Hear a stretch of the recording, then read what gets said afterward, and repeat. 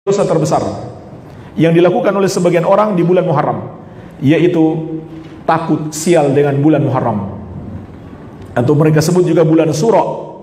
Mereka anggap ini bulan mendatangkan kesialan, nggak boleh melakukan hajat-hajat besar di bulan ini. Maka ini adalah kesyirikan. Di dalam hadis yang diriwayatkan Imam Ahmad dari sahabat yang mulia Abdullah bin Umar radhiyallahu anhuma, Rasulullah sallallahu alaihi wasallam menegaskan, "Man raddathu at-tiyaratu an hajatihi faqad asyrak."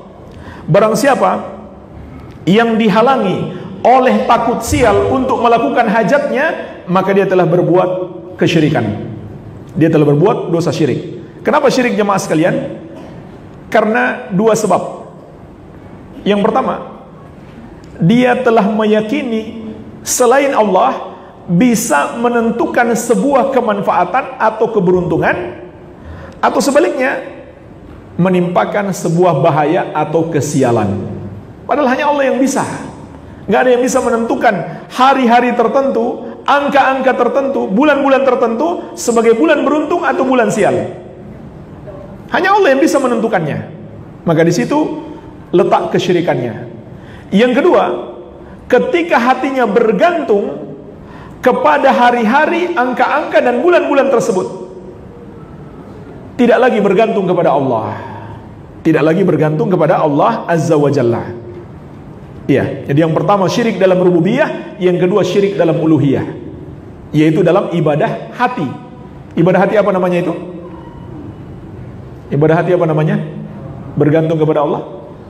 Tawakal.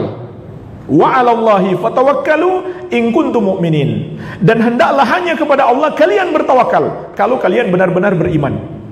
Jadi tawakal itu ibadah, ibadah hati. Hati bergantung kepada Allah, sepanjang selama hati kita bergantung kepada Allah, selama itu dicatat pahala.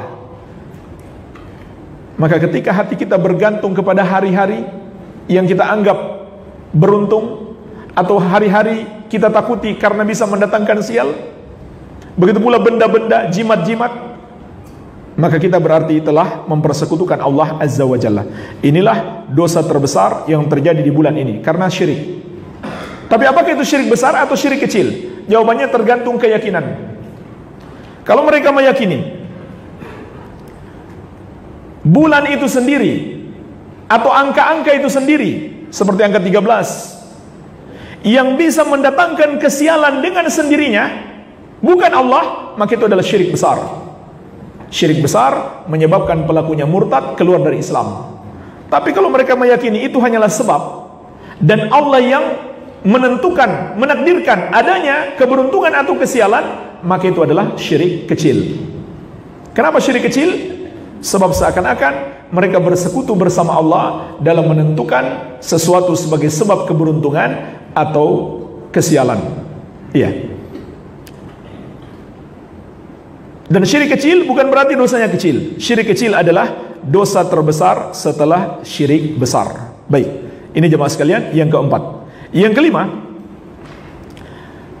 ngalap berkah dari kotoran kerbau bule. Ini ada, mereka lakukan di bulan Muharram ini. Entah tanggal berapa, nggak usah cari tahu, jangan ikutan. Dan juga ngalap berkah dari benda-benda yang mereka anggap keramat. Apa hukumnya? Termasuk syirik. Sebagaimana dalam hadis yang diriwayatkan Imam At-Tirmidzi dari sahabat yang mulia Abu Waqid Al-Laythi radhiyallahu anhu, Al-Harith bin Auf. Beliau menceritakan sebuah potongan peristiwa dalam perang Hunain. Tatkala ada sekelompok sahabat baru masuk Islam, mereka belum paham.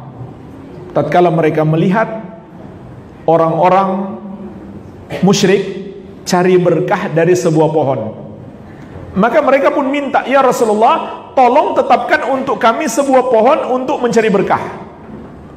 Apa jawab Rasulullah sallallahu alaihi wasallam?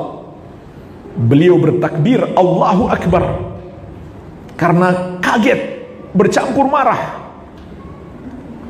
Lalu beliau bersabda, "Innaha sunan." Itu kan tradisinya orang-orang musyrik.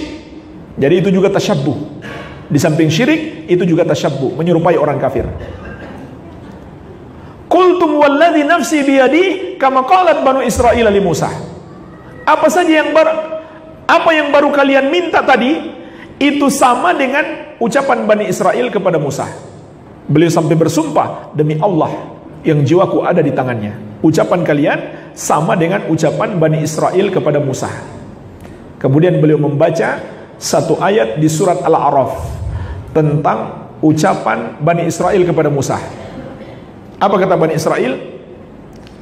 Ij'al lana ilahan kama lahum alihah. Wahai Musa, tolong buatkan untuk kami patung untuk kami sembah sebagaimana yang dimiliki oleh orang-orang musyrik itu. Jadi mencari berkah dari pohon disamakan oleh Nabi SAW dengan menyembah patung. Nabi yang mengatakan itu sama, artinya sama-sama syirik. Maka Musa mengatakan, qala innakum qaumun tajhalun, sesungguhnya kalian memang orang-orang bodoh.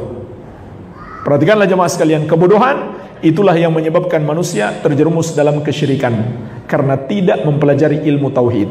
Iya. Jadi hadis ini jelas, mencari berkah dari benda-benda, sama saja pepohonan, batu-batuan, apapun itu yang dianggap keramat bisa memberikan berkah atau bertuah, itu adalah kesyirikan. Apakah syirik besar atau syirik kecil? Sama dengan sebelumnya, tergantung keyakinan. Kalau dia meyakini benda itu bisa berikan berkah dengan sendirinya, bukan Allah, maka itu syirik besar. Tapi kalau dia meyakini benda itu hanya sebab Allah yang memberikan berkah, maka itu adalah syirik kecil. Baik. Kemudian yang keenam, upacara sesajen. Upacara sesajen. Ini termasuk kemungkaran terbesar yang dilakukan oleh sebagian orang di bulan ini. Apa kemungkaran yang terkandung dalam upacara ini jemaah sekalian? Paling tidak ada 5 kemungkaran dalam upacara sesajen ini. Nah, sebagian orang di bulan Muharram mereka bikin upacara sesajen, ritual tertentu. Ada 5 kemungkaran. Yang pertama, dan ini yang paling parah, mengagungkan setan. Siapa setan yang mereka agungkan? Bahkan mereka namakan dia adalah ratu, yang katanya penguasa di laut tertentu, atau setan lain di gunung tertentu. Kepadanya lah mereka persembahkan upacara tersebut. Ini yang pertama, mengagungkan setan. Subhanallah. Setan yang seharusnya dimusuhi diagungkan. Yang kedua, mereka mendekatkan diri kepada setan-setan itu dengan melakukan ritual-ritual, upacara-upacara sesajen itu. Yang ketiga, mereka menyembelih untuk setan tersebut, menyembelih kerbau atau apa saja yang mereka sembelih. Ini adalah syirik besar. Karena menyembelih itu ibadah. Fasholli li rabbika wanhar. Salatlah dan menyembelihlah hanya untuk Rabbmu.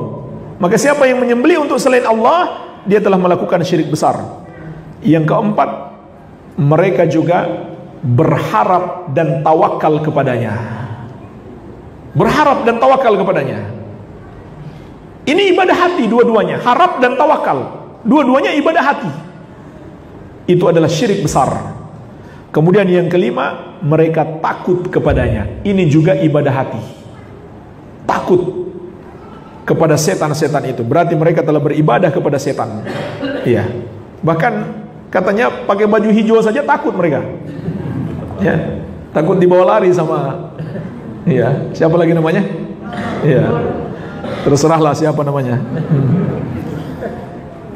Baik, ini jemaah sekalian, kemungkaran-kemungkaran besar, yang paling besar, karena ini termasuk kesyirikan dan kekufuran, dan bukan ajaran Islam.